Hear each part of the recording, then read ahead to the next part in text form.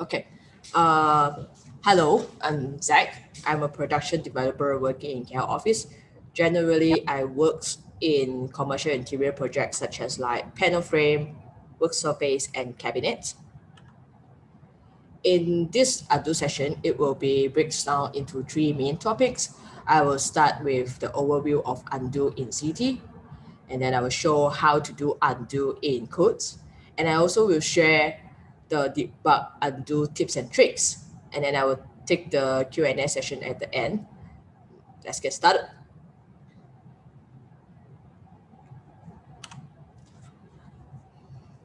Undo is a standard but essential feature in any software. And CT, we have the undo and redo features that allow user to like go back to a previous state or come to the next state when maybe they're making some mistake or they want to go back to the previous state of the work. So in CT, undo system lives in the core code base. It's in the CM core undo. A word has undo chains and undo chains has a finite step. And there are generally generalized to approach that make this to work. Basically, they are copies of objects and a record of reversible actions. I'll show that in code real quick. So in Word, there is an undo change. Every word will have one undo change, and undo change is being init when a word is created. You can see here. And a undo change will have a undo stack and a redo stack. When undo change is being constructed, it has a limit. It has a default limit of 60 steps. It means here is that when a user when the user work in a drawing, they do a lot of different steps already, and then maximum undo step they can do is 60, and redo is half of it. So let's see in CT. So I have these simple tables here. This table is basically a very simple table. There's no undo things that going on in the class itself. So when you work on let's say a table as your product, you be able to insert it, and then if you do like move it around, rotate it, stretch it, and you do like a quick properties change, and you can see that all these are being undoable. All this come with free. Usually you don't have to do things with undo if you only do the standard operations. And how is that work? So we have this undo chain that could show you that what is being recorded. So just now I was inserting a table, and then I was moving it around where is that? By moving around, and then I rotate it, I move it, I rotate it, I stretch it, and I make modification in the quick properties. And all these are being recorded without have to do anything. It's because core has done most of the undo recording in the, for example, in the move animations, in the rotate animation and stretching animations. You can see here.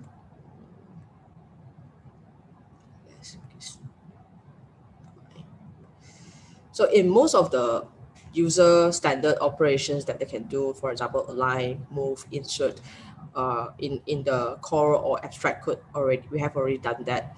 So if you are doing by a standard operations, you don't have to care about the undo because it's all being take care, and is already being done in the code unless you're doing a new animations or you do a new actions that out of the standard operations, then you need to do your own undo. So what is in the how does it work in the operations? You can take a look. For example, if you insert a table and then I move it, say I dump the undo change. Here you can see that it record insert during in the insert animation, and then it has a drag animations that record the undo move operations. So it means that you insert a table, and then this is your original position, and then now you are in this current state.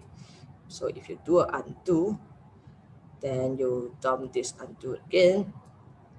So you basically go back to the previous state, and this is the later positions. So if you do a redo, then you come back to this position. I'll share a bit more in the later in the next slide. So as I showed just now, the undo change has a undo stack and a redo stack. So two of them are just like a list of undo step that the user can perform. In each of the undo stack, there is a list of undo step, and each undo step has a list of operations. So in the code,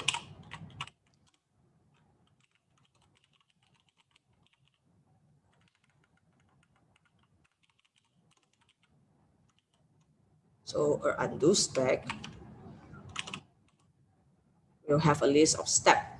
A step will contain each of the steps that the user can go back, and a step in here, it means to the user point of view, when they click on the undo, what is they will go back to the previous state. So a undo step can have like a lot of operations. So let's say user for user, they are only do one action from go to from A to B, but in between it can contains a lot of operations. But for user, what they will see and they will get in CT will be from a step to another step. So a step can contains like a move operations, insert operations, that are a lot of things. But for user, it will be like a step back to the previous state, or a step go back to the next step.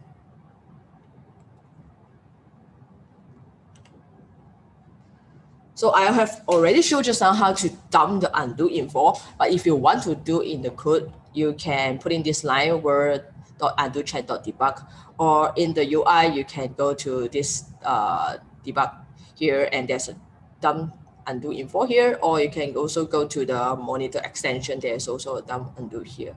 I make it simple that I put it here, so I don't have to go to different places, but you can find in here, and also the monitor extensions. So what you can see in the dump undo, just let's say, let's do it again. Insert, rotate, move, maybe stretch animations. So this is very helpful to understand that what are the steps that you can undo and what is happening in between. So let's say I do some step here, I move it, rotate it, and also stretch it. Then you know that when you perform a undo, when a user perform an undo, it will go back to this state. So it will back to the state before the stretch happening. So if I do undo here, tap it again, so you can see it will go back to the previous, the position will move. And if a user do redo, then you will go to the stretch animation. So now it go back to the previous state that before the stretch is happened. So this is very helpful when you want to debug a problem, when once you do undo, something goes wrong or something doesn't happen. Then from here you can check like, is the undo being recorded, or what is the events that happen before you come to this state or next state. So this is very helpful to trace the undo positions. Next, we'll go to how to do undo. Undo in CT, they are divided into two main way to do the undo. One is undo recording, and the other one is serious undo. So we'll start with undo recording. So the standard protocol to do a undo is that you're going to tell the world that you want to begin an undo step, you want to start a new step, and then you want to start recording here, and what are the affected snapper that you want to include into the undo, and then ends it and end undo step. So whatever happened inside the undo step, it will be one undo click for the user. So whenever I mention about one undo step, it means that when a user click this one, is our undo step being reversed. And this is like a step, go to the next state. Right, let's see how it works, how to do that. So I have this table again, and then let's say I have animations that I want to rotate this table using animations. So this animation is very simple. In here, I have this rotate snapper animation G2. What it do is that I just want to rotate the candidate to like minus 90 degree. So this is the thing that I want to do. And this animations is all extend back to animation G2. So you can do a lot of, you can have your own customized to animations, but the Corel doesn't know that what is being changed and how to react to it. So if you make a animations and you just want to do you make some changes to the snapper without telling the space that, oh, I want to record an undo, then let's say just now I will have make modifications. When you perform an undo, it doesn't happen. It doesn't know. So let's try it again. So I make a modifications. When I try to dump the undo step, in here, it was not aware that the action is being performed in the animation. The world doesn't know that something has to be recorded. So if you check here, if you have a problem that animations you apply through animations and it was not in the undo change, then most likely because the specific action is not being recorded in the undo. So how to do that? So I have these animations that has the undo. It's the same rotate functions. So it does the same minus 90 rotations. And you come to here. So this is the one without undo.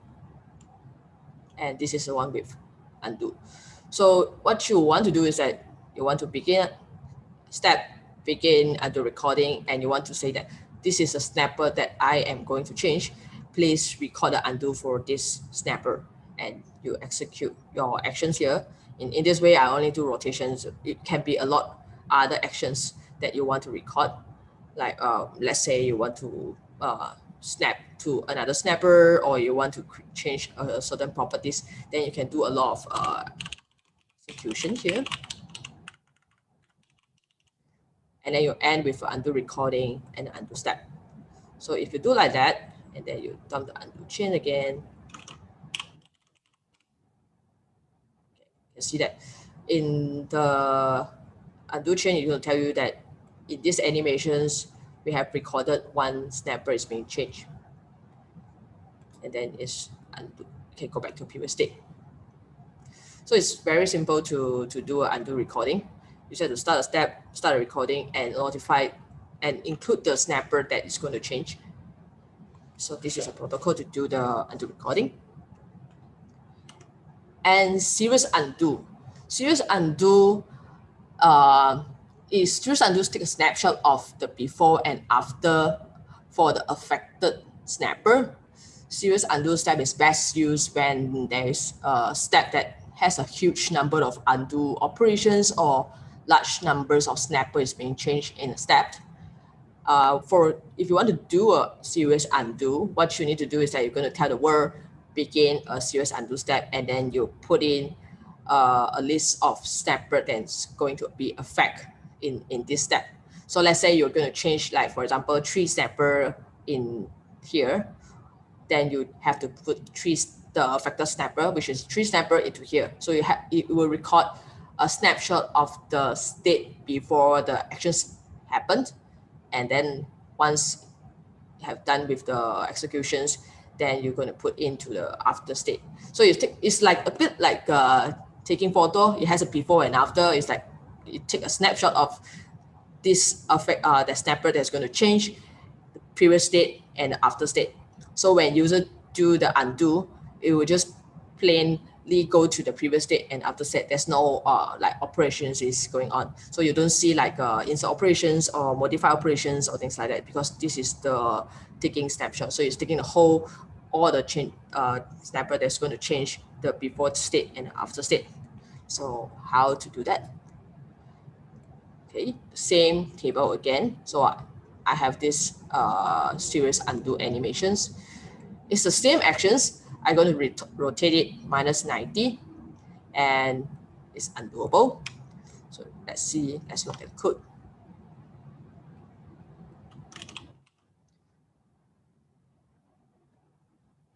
So in the code, I'm going to put in the snapper before the undo happened.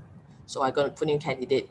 Maybe this will affect some other candidates that around me. If they have like a connected one, then I will have a list of snapper before the change happened, put into the serious undo step, the before, and then making changes. And then after the changes, you're going to collect the snapper, the state. So you're going to collect the snapper so you know that what's happened after that and put into the serious undo. So let's look at how it looks like in the undo change. So in the serious undo step, you can see here there's no like operations. It will take a deep copy of all the snapper into the stack and be able to switch the state. So if you make an undo here and dump the chain again, then you can see it will this here. So it basically switch the snapshot. So it looks like in here I have shown how to do the undo recoding and serious undo. It seems to be like about the same, but how do we know that when we want to do undo recoding and when we want to do a serious undo? So as I mentioned just now, serious undo is best used when you have a lot of operations or a large number of snappers going to change in a step. But how does it make a difference? But like, how does tell that when you want to use undo recoding and when to how does it make a difference? So I'm going to show that. So I have this little button here. This is a callback that will insert a lot of snapper into the space. I'm going to insert like 1,000 snapper into the space. So let's go back again. So here. So I have this callback that's going to do a undo recording and insert 1,000 snapper into the space by undoable insert. So let's do it. So it's being inserted into the space. And so this is a undo step that contains a lot of snapper, like 1,000 snapper. So it's considered as like a huge number of snapper that are going to change in the step. So when I try to do an undo, you can see that it takes a bit of time before it go back to the previous state. And let's do a redo. So you can feel like it's a bit slow, and we can also like check the time. So we can debug the undo time and redo time. You can enable that in the undo chain here, debug trace undo redo time. So that's where you can like have this one being shown. So for undo recording to insert 1,000 snapper and perform an undo and redo, both takes about 2 seconds. So let's see serious undo. So all is being insert, do undo, and redo. So you can see that it's so much more faster using the serious undo. So if you're going to implement like a batch import, or you have one animations or one actions that's going to affect a lot of snapper in space, and if when you try to do the standard way undo redo is and it's taking longer time, then you can consider to use the serious undo. It's much more faster.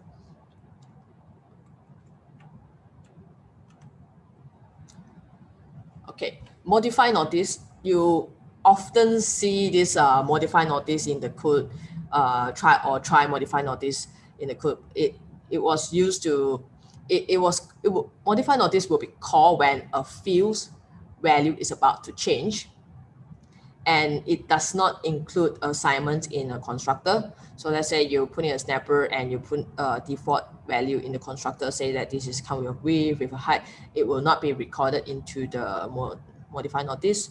And if you have a field that is ignore modify notice field, when this field is being changed, it will not be recorded. System will not record the change. And if you already have the modify notice return to true, then it will not be recorded again for the field. So how does it work? So let's see. So let's say I have a snapper, I change the properties, and I have this frame support. This is a field in the table, and this is let's see. So here I have Boolean here. This is not ignore modify. So whenever this is being changed, it will be recorded. And core has the default of the changing of the properties is being recorded in the core. So if I dump undo change, here, let's see that the core quick properties will know that property is being changed and this particular field is not ignore modified, then it will record it will put the snapper into the modified op and be able to do the undo. So when this properties change, I don't have to do anything because the core already handle. If the field is being changed, then it will be recorded into undo. So that's when do we need to like specifically do the modify notice? So let's take a new example. Same table, and then I have these animations to do something. So now I'm just changing the frame support. So if we look at the code for these animations. So now I'm just changing the frame, and I begin and undo recording, but I don't have to do like a record for undo or try modify notice because this is a field that is in the candidate. And when a field is being changed, modify notice will be called, and then modify notice will tell the space that something is being changed. So let's go into the code first. So when modify notice is being called, first it will check whether this snapper is alive or not. If the snapper is not active, then we don't want to record a change. We don't want to record an undo for this one. So in this space dot report change in here, if the world has an undo recording going on, then it will include the snapper into the change. So basically include the snapper, say that this snapper is going to change, please record a state before the undoes, before the change is happening. So if we go back to here, so I have something like this. There's no need to try modify notice or record for undo, and it will works because the call whenever a field is changed, is being handled. And then let's say in this table, so this test table has a test link. Test link is an object, and then test link has a link type. So they have a rectangle link type and a cylinder link type. So this test view has properties that they can do. They can change the different link type, and test link is a sub object in the test table. This is not a snapper. This is just a property. So let's say in the animations, I am going to change the link type to cylinder type. So now you can see that this is a rectangle type. And I use this one, change a cylinder type, white color. And then I want to do undo. Nothing's happened. It was zoomed out. And then undo again. It was back to about the frame, the change frame state. So if you do redo, you cannot go back to the state. It's because this leg and the leg type is a properties in the sub-object. So when the properties of the sub-object is being changed, the space, the world doesn't know that this snapper has a change because it's not a direct fields from the candidate. It's a fields belongs to a sub-object in a snapper. So in this case, we will need to do the try modify notice before the change. So let's do it again. So put in the snapper, do this one. So yeah, it's being changed to white one. You do undo and undoable. The reason is because it's not the direct fields in a snapper, so the world doesn't know that something is being changed in the snapper, so it was not being recorded. So if you go to try modify notice, it basically check, is this snapper already modify notice? If it's not, then modify notice this. So it will go back to the same code that here, tell the space that you're going to tell the space, I am about to change, please include me in the undo, and then it will be recorded. So if you have a problem that you are doing a change and then the change is in the sub object, then most likely you need to call the try modify notice to notify that the space that you are about to change. So please, it will be included into the undo step. So this is what I showed just now. Okay. So undo operations. So in CT there are a lot existing undo operations is in the CT. So if you like, let's do like a quick check. So they are like, it's all being done when you try to align, it's already done a undo move, and if you do something else, then you already have a lot of undo operations to handle most of the situations. But what about if you need to do your own undo, you want to create your own undo operations? So let's say you need to, you're making your actions and none of these undo operations is taking care of the thing that you wanted to store, the before state and after state, the actions that you want to record. So let's say you need to do your own undo operations, then how to do it? So you need to, if you have created your own undo operations, when you want to begin undo step, you can use like space dot begin undo step and append your undo operations here. So it will basically begin undo step and then begin undo recording and include your undo operations into the into the step, and then whenever it's done, end undo step. And then if you need to do the undo operations, there are two important methods that you need to look into, will be the restore and update and inverse. I'll show that how to do that in the code. So same table.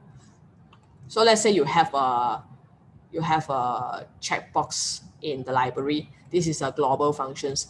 Your drawings can only contain either everything has a frame support or everything don't have the frame support. So you have a global setting, and you want to record the change of this global setting. So when you do undo, you want to go back to an unchecked state, and then things will happen like updating your snapper. So by default, if you only have the checkbox in here, and when this checkbox being changed, you have a callback to like update the state into the snapper, then this is not recorded, because by standard, when you make changes in here, the core doesn't know that what needs to be recorded. In that case, you want to customize your own undo operations. So let's look at code.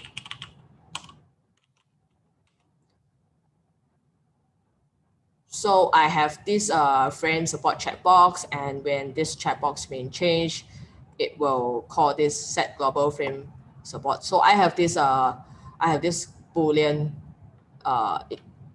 in the code that is going to be a global frame support. It's not belong to any snapper. It's a global fields. And then when I make a change to the global frame support, I'm going to set the value to globals, and then I want to update all the snapper in the space by its field. By default, there's no undo recording. That's why when you make a change here and you try to do undo, it was not being recorded. So for that, then I will want to create my own undo operations. So now I have the undo operations already. So let's see. I have this undo operations, and I want to include that, and to make sure that the change is being recorded. I'll show that demo first, and then I'll show the code. So have table, and then use this one. So you see that the frame is there. You make an undo, the frame is gone, and it's unchecked. So So how do I do that? So in this undo operations, I want to store the original value of this checkbox. So this is the original value, which a boolean. If you have like a other original value that you want to store, for example, a drop down can be like a class or something, then you will need to like store the informations or the fields before the change happen. So here, for this case, the thing that I'll change is just the boolean. I want to store the original boolean in my undo operations. So when I create the operations, I want to store the original value before the change is happening. So when the change is happening, I already stored this one, and let's see. Just now I have that, right? So this one, I do this one, and then I dump the undo change. Let's see. So in here, it says that my previous state, my original value is false. This is the original value that I have saved. Let's say when I do a redo and I dump the undo change again, then you can see that the next value will be true. So this is the only thing that I stored for this undo operations. I want to store the true and false. And then when the trues and false is being changed, the restore and update will be called. Then I want to update the library. I want to update the snapper. So that is done in the code. So my undo step. So is it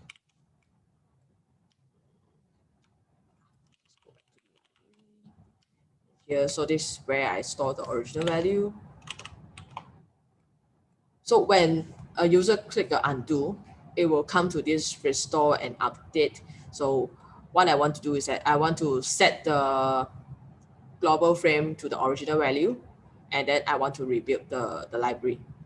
So when a undo is happening, it will also create an inverse undo operation, which is the where this will be put into the redo stack. So I want to store a opposite state when I do an undo. So that's why you will see like this.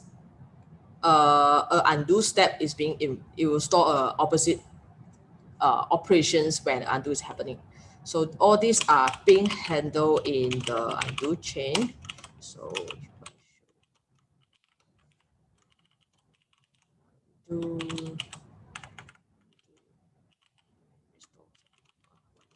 again. Store and update.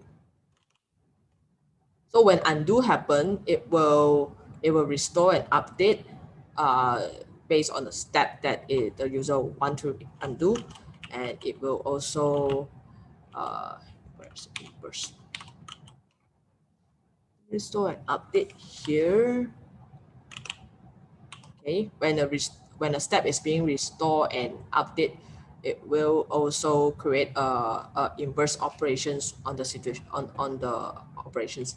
So in this case, it's very simple. You just take a full true and false. So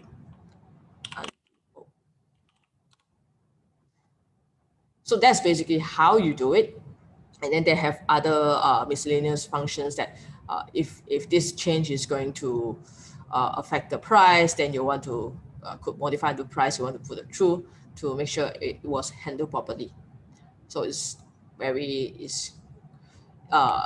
not that hard. It's quite simple. You just have to know that what are the fields that you want to record and what happened when you do the undo and create inverse operations when undo is happening. Okay. Okay. So I will go to the next one. So if you want to do a certain actions when undo is happen, it's not, let's say it's not your undo operations. You just want to when a certain thing or actions happen and it's being recorded undo and you want to do something. Let's say let's see an example. Register undo hook. So let's look at an example in CT.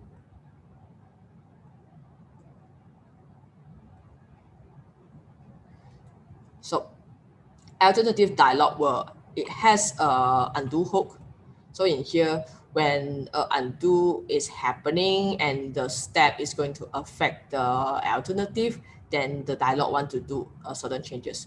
So this is like one example that you want to perform. You want to register your own undo hook when undos happen that is beyond your controls. It's not your operations. It's not something that from your animations, but you want to do something when undo happen. Then you can register undo hook.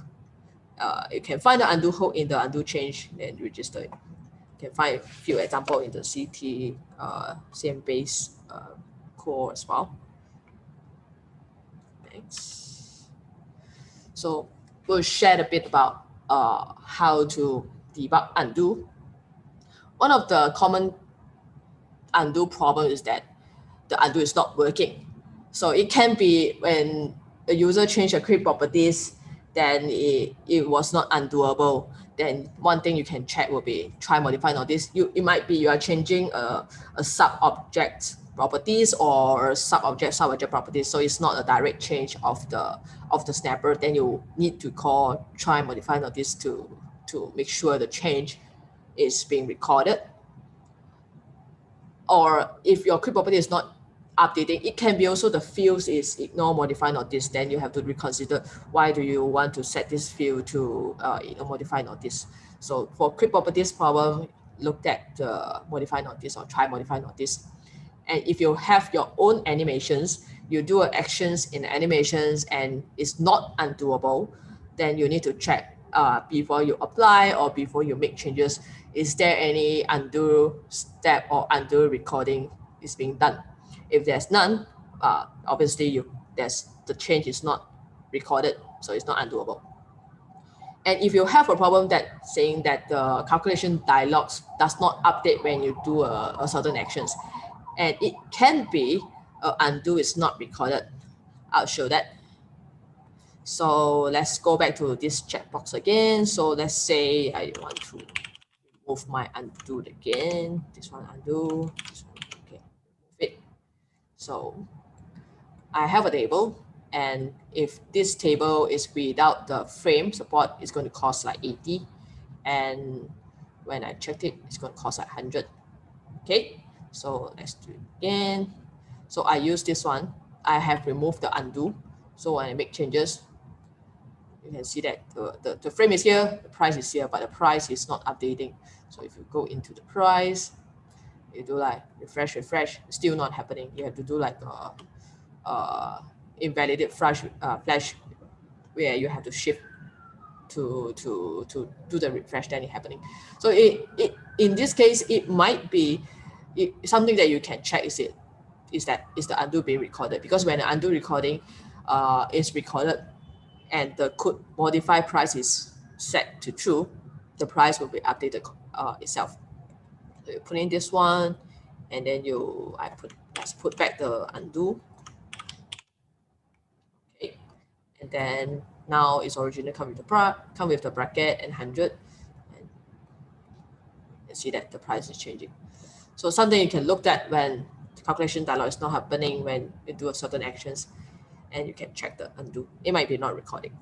So if another problem is that if you have too many undo steps, so let's say you do you use animations extend from a core animations, and the animation already handle its own apply functions. So let's say you're going to rotate the snapper, and then undo step is already ends in the abstract or in the core. So it's something that you can't like sneak in your own actions or undo step. Then you have to create your own undo recording and undo step. Then it become like many steps for a user to go back to a previous state, when for them it was just one action to go from state A to state B, and then when you want to undo, it's like taking more than one step.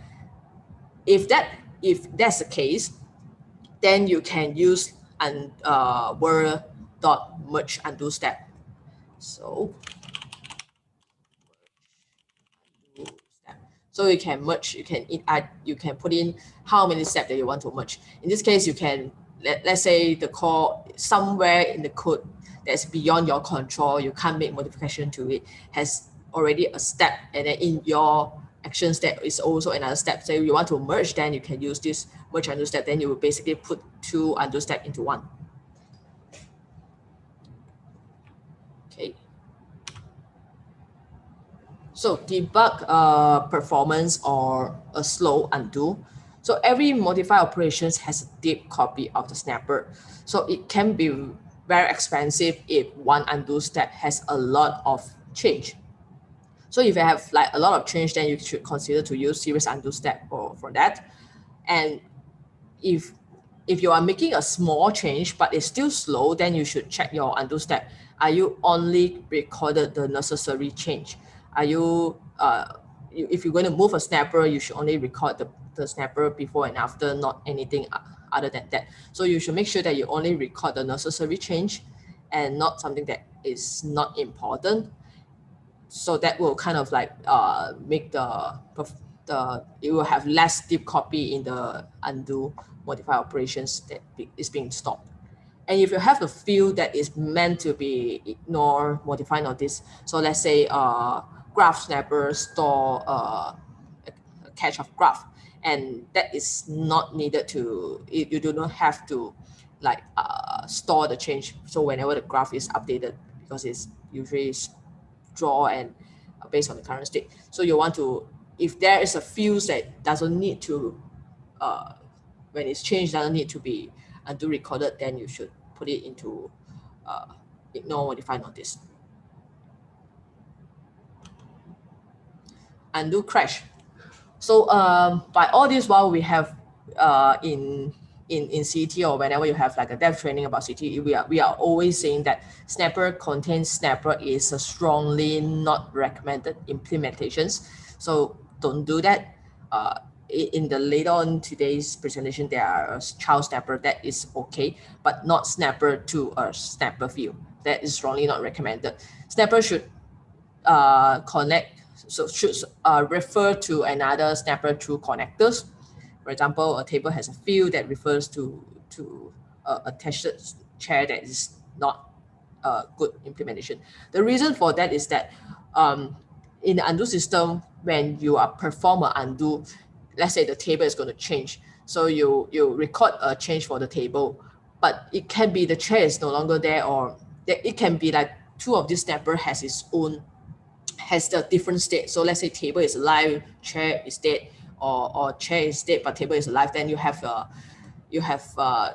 reference to a dead snapper. So they can't go into the undo recording together, because the is in the undo chain we have a very strict control of only the alive one can be stored in the undo chain. So it's not recommended to do that way. If don't do that, if you must do a direct reference, then you need to call this update replace to make sure your undo restore action can be performed correctly. So when you have an undo crash, it's very often very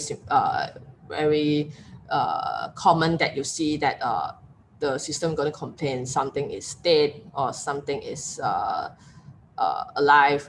It's going to complain the state of the snapper is incorrect. So in general, active, it means that it's normal, alive, belong to a space. Suspense is that it still belong to a space, but alive in the undo change. Dead is dead, does not belong to any space. And alive is it means that it's not dead, so it can be active or suspended. Doomed means it's already removed. So active snapper should never refer to any inactive snapper, and suspended snapper should never refer to active and dead. So let's try to see that in actions. So let's say I insert to snapper, and then put. So let's say someone, let's select something. So someone make a very bad code somewhere that it remove a snapper without undo. So just now I put in two table let's dump the undo step again. So in the change, it's going to know that two snapper is being inserted, and then I do some selections. So that doesn't matter. So two of this snapper is being inserted. So they're stored like a state in the operations. So and I make a code to remove one of it, the selected one, without undo. So then something is okay. Something is removed. I put 2. Now it's 1, and then let's dump the undo again. You can see that. You can see here it's going to complain that just now I insert this one, and now the current state of the particular snapper is dead.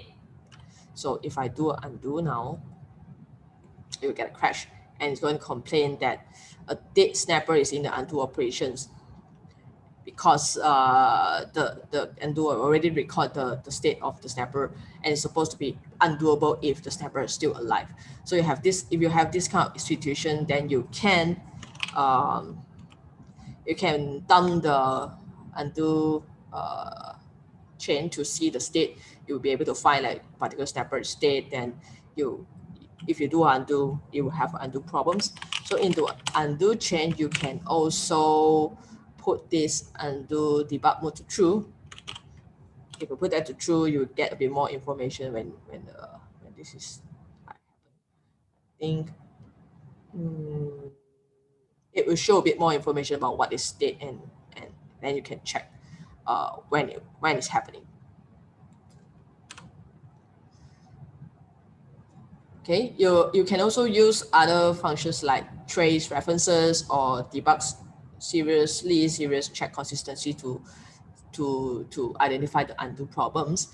And the important tips and tricks when debug undo crash is that usually you will receive a big drawings from a user, and then the user is going to tell you that I have this drawing, and then I made an undo and a crash happening. They're sending the logs, and you can see like a snapper is dead, or a snapper is not in the space anymore. It's recorded into the undo step. So what you can do is that you need to minimize the test case to be a repeatable test case. So you have a large drawing, you have to identify what are the snapper is encountered the crash, and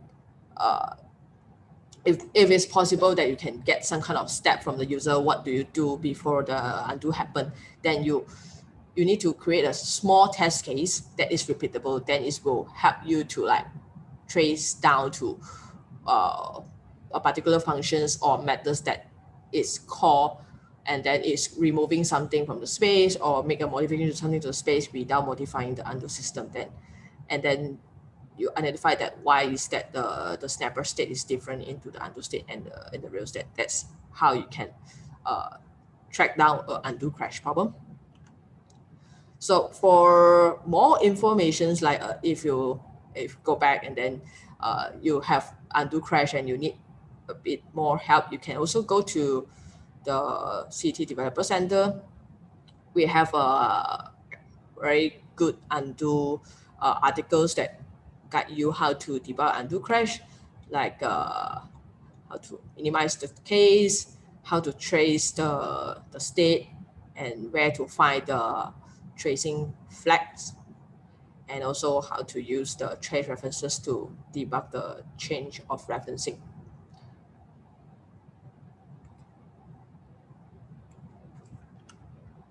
That's all I have.